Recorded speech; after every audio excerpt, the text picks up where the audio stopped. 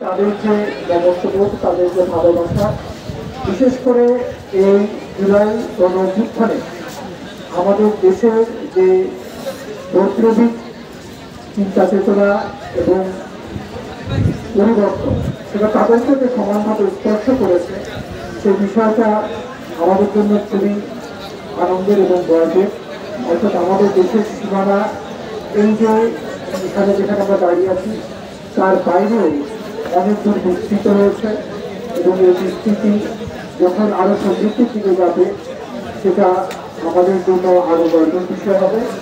এখানে যে কবিতাগুলো লেখা হয়েছে, সেই কবিতাগুলো আপনারা পড়বেন। তাতে প্রবাসী যারা সাহিত্য চর্চা করছেন, বিশেষ করে বৃহত্তর ভাষা বাংলা ভাষা, তারা যেমন অনুপ্রাণিত হবে, তেমনি আমাদের ভাষায় অনেক সমৃদ্ধ হবে এবং দেশের বাইরে এই ভাষার চর্চা বৃদ্ধি পাবে। সবাইকে ধন্যবাদ। বক্তব্য রাখবেন আজকের অনুষ্ঠানের প্রধান অতিথি, তিনি আমাদের সিলেটের মাটি ও মানুষের সন্তান হযরত শাহজালাল রহমতুল্লাহ আলাইহির পবিত্র মাটি, সিলেটের অত্যন্ত সুপরিচিত একটি নাম। এক সময়ের সাবেক ছাত্রনেতা, তিনি ছাত্রনেতা, আজকের সফল ব্যবসায়ী, তিনি বিশিষ্ট রাজনীতিবিদ, তিনি জাতীয়তাবাদী রাজনীতির সাথে সক্রিয়ভাবে জড়িত, প্রদীপ্ত সূর্যালোকের মতো নির্মল ব্যক্তিত্বের অধিকারী, বারাকাতুল্লাহ পাওয়ার প্ল্যান্টের বারাকাতুল্লাহ গ্রুপের চেয়ারম্যান, একটা জাতির নির্যাস। আমরা সিলেটের মানুষের কাছে অত্যন্ত প্রিয় মুখ। আজকের অনুষ্ঠানের প্রধান অতিথি জনাব ফয়সাল আহমেদ চৌধুরী এখন বক্তব্য রাখছেন। ধন্যবাদ। আজকে আমরা যে বইটি উন্মোচন করতে যাচ্ছি, যে বইটি বিপ্লবী বিপ্লবী, এটা কয়েকজন লেখকের সাথে আমি অত্যন্ত পরিচিত এবং যে একসময় জাতীয়তাবাদী রাজনীতির সাথে সম্পৃক্ত ছিল। সোহেল আহমদ যেহেতু তরুণ কবি, রাজনীতিবিদ এবং যে প্রবাসে গিয়েও দেশের জন্য সে কাজ করে যাচ্ছে এবং দেশের মধ্যে ক্ষমতা থেকে যে 5ই আগস্টের আগে যে বিপ্লব সংগঠিত হয়েছে, 5ই আগস্টের বিপ্লব সংগঠিত হয়েছে, তার অনুপ্রেরণা করা হয়েছিল প্রবাসী বাংলাদেশিদেরকে কবিতার মাধ্যমে, গল্পের মাধ্যমে সে উদ্বুদ্ধ করেছে। এবং আমরা মনে করি যে তার আগেও একটি বই বের হয়েছে সম্ভাবনার দ্বারা, সেটাও অত্যন্ত জনপ্রিয়তা লাভ করেছে প্যারিস সহ বিভিন্ন ইউরোপের বিভিন্ন দেশে এবং বাংলাদেশেও সেটা আমাদের বিভিন্ন জায়গায় লোকজন সেই কবিতাগুলো পড়েছে। কবিতার মধ্যে আমরা দেখতে পাই যে সেখানে বিপ্লবের ছোঁয়া আছে, প্রেম ভালোবাসার ছোঁয়া আছে, পাশাপাশি দেখা যায় যে ধর্মীয় অনুভূতিরও একটা বিভিন্ন ধরনের কবিতা আছে। সেটা একটা ভালো একটা সংমিশ্রণ। আমি আশা করি যে সোহেলের উত্তরোত্তর সমৃদ্ধি কামনা করছি এবং এই বইটি আপনারা সবাই পড়বেন। এই বইগুলো যারা লিখেছেন, বিশেষ করে আরো কয়েকজন কবিও এখানে কবিতা লিখেছেন, আমি মনে করি এই কবিতাগুলা সমাজ বদলের হাতিয়ার হিসাবে কাজ করবে এবং আমি আশা করি তারা আরো ভালো ভালো কবিতা লিখে আমাদের যে সমাজের নানা অসঙ্গতিগুলো আছে সেটা ওনারা তুলে ধরবেন এবং বাংলাদেশ যেভাবে বৈষম্যহীন একটি সমাজের স্বপ্ন, আমাদের যে ছাত্ররা, আমাদের যে যুবকরা রক্ত দিয়ে যে বাংলাদেশ আমরা স্বাধীনতা পেয়েছি, সেই সুন্দর বাংলাদেশের স্বপ্ন আমরা সবাই দেখি, একটি সুন্দর বাংলাদেশ গড়ে উঠুক। সেই লক্ষ্যে আপনারা, আমি মনে করি যে সোহেলরা কবিতা লিখবে, কেউ আন্দোলন করবে। সোহেলের এই বইয়ের সমৃদ্ধি কামনা করছি বলে আমরা বক্তব্য শেষ করি। সবাইকে ধন্যবাদ। অনুভূতি ব্যক্ত করবেন শাহাদাত হোসেন চৌধুরী। ধন্যবাদ। এটি আমার পঞ্চম গ্রন্থ। আমরা মানুষ হিসেবে আমরা মুখে এক ধরনের কথা বলি, আমরা অন্তরে লালন করে অন্যটা, আমরা সমাজসেবক সাজি, কিন্তু আমরা দেশ বেঁচে দেওয়ার ষড়যন্ত্রে লিপ্ত থাকি। একজন মানুষের যে দ্বিমুখী সত্তা, সেই দ্বিমুখী সত্তাকে আমি কবিতায় তুলে ধরার চেষ্টা করেছি। আমার কবিতার বইয়ের নাম দিয়েছি বিচারিতা। এই কবিতাটিতে আমাদের জুলাই বিপ্লবে নিহত 4 জন শহীদের বীরত্বগাথা আছে। এই কবিতাটি অপ্রচিত প্রকাশনের স্থান থেকে প্রকাশিত হয়েছে 424-425। আমি আশা করি আপনারা এই বইটি সংগ্রহ করবেন।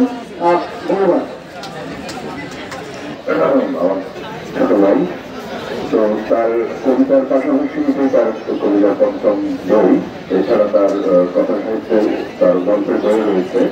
আমি তার কবিতার 2 লাইন একটু শোনাবো আপনাকে।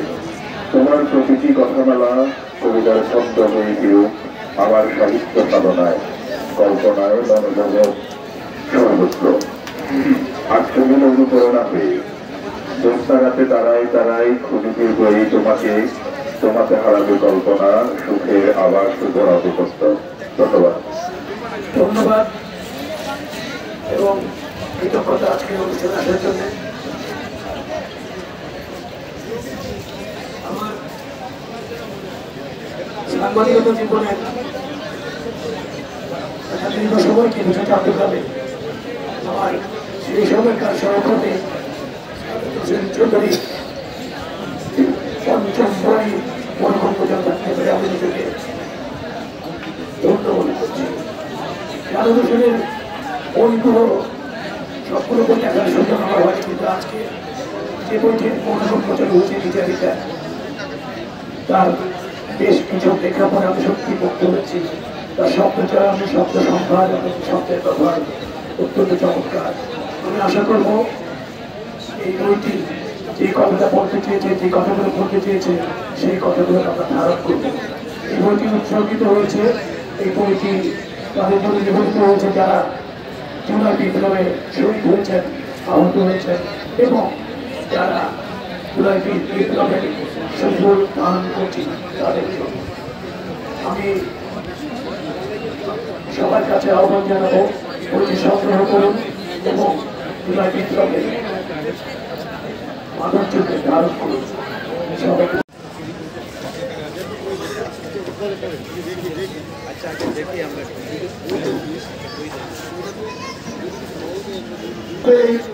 অশান্ত পৃথিবী শান্তময়, ঝড়া বিবাদ চারদিকে চলিতেছে, অবাক বিশ্ব তাকিয়ে আছে নিস্তব্ধ করে দিতে অসুরের সেই শক্তি। কোথায় আছে সেই মানুষটি? বিদ্রোহ আর সংগ্রাম রাজনীতির অপর নাম, মিথ্যা প্রবঞ্চনা আর প্রলোভনের হাতিয়ার। কে পারিবে ধুয়ে মুছে কালিমা মুছে দিতে? কালক্ষেপণ করিয়াছি আর পারি না। কোথায় আছে সে মানুষটি? গণতন্ত্রের মূলধারা গরিবকে পিছনে মারা, দুনিয়াটা হয়ে গেছে চাটুকারদের রণক্ষেত্র। কে পারিবে বন্ধ করতে দোকানের সে বর্ণটি? কোথায় আছে সে মানুষটি? অশুভের লক্ষণ, যুক্তি সারাক্ষণ, মিথ্যা দিয়ে সত্য ঢাকা, আসলে ভিতরে থাকা সত্য সমাজ বলে দাও। আমি লেখকের উত্তর শুভকামনা করছি এবং আশা করছি যে আপনারা বইটা পড়বেন, আপনাদের ভালো লাগবে। এছাড়াও ওনার আরো দুটি বই প্রকাশিত হয়েছে, দুটি বই সদস্যই প্রকাশ করেছে। ধন্যবাদ সবাইকে। একজন প্রকৌশল, পরে জানতে পেরেছি তিনি কম্পিউটার সায়েন্সে লেখাপড়া করেছেন এবং এখন অস্ট্রেলিয়াতে একটি বিশ্ববিদ্যালয়ে ম্যানেজমেন্ট বিষয়ে শিক্ষকতা করেন। তো এরকম বৈচিত্র্যময় জীবনের অভিজ্ঞতা এবং দেশ এবং বিদেশের যে অভিজ্ঞতা সবকিছুর প্রতিফলন পাওয়া যায় তার এই তিনটি কবিতা বইয়ের মধ্যে। আমি এখন কবি শাহরিয়ার সর্জিকে তার এই বই সম্পর্কে কিছু বলার জন্য অনুরোধ করছি। ধন্যবাদ সবাইকে। আমি কবিতা আসলে অনেকদিন ধরেই লিখি, তো আমার অনেক কবিতা হারিয়ে গেছে, বিদেশে থাকার কারণে অনেক কবিতা হারিয়ে গেছে। এবার চিন্তা করলাম যে প্রথম যেহেতু প্রকাশ করতেছি, একবারে 3টা কবিতা বই নিয়ে চলে আসলাম। তো আমার প্রথম কবিতার বই যেটা শেষ হয়েছে সেটা হলো ঘরের ভেতর আগিয়ে ভবন। এটা একটা বিদ্রোহ কবিতা, বিদ্রোহের কাব্যগ্রন্থ।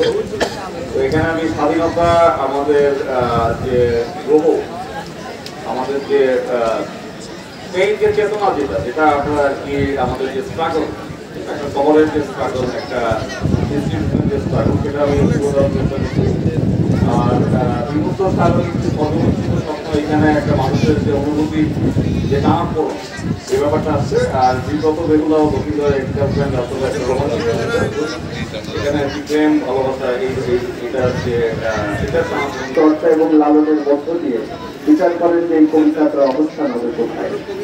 আমরা এই কবিতাগুলো নিয়ে কাজ করার সময় দেখেছি বর্তমান সময়ে একটি সাহসী উচ্চারণ এবং বৈচিত্র্যময় কবিতার আঙ্গিক কবি শাহরিয়ার সর্জিদের কাব্যগ্রন্থগুলোর মধ্যে আছে।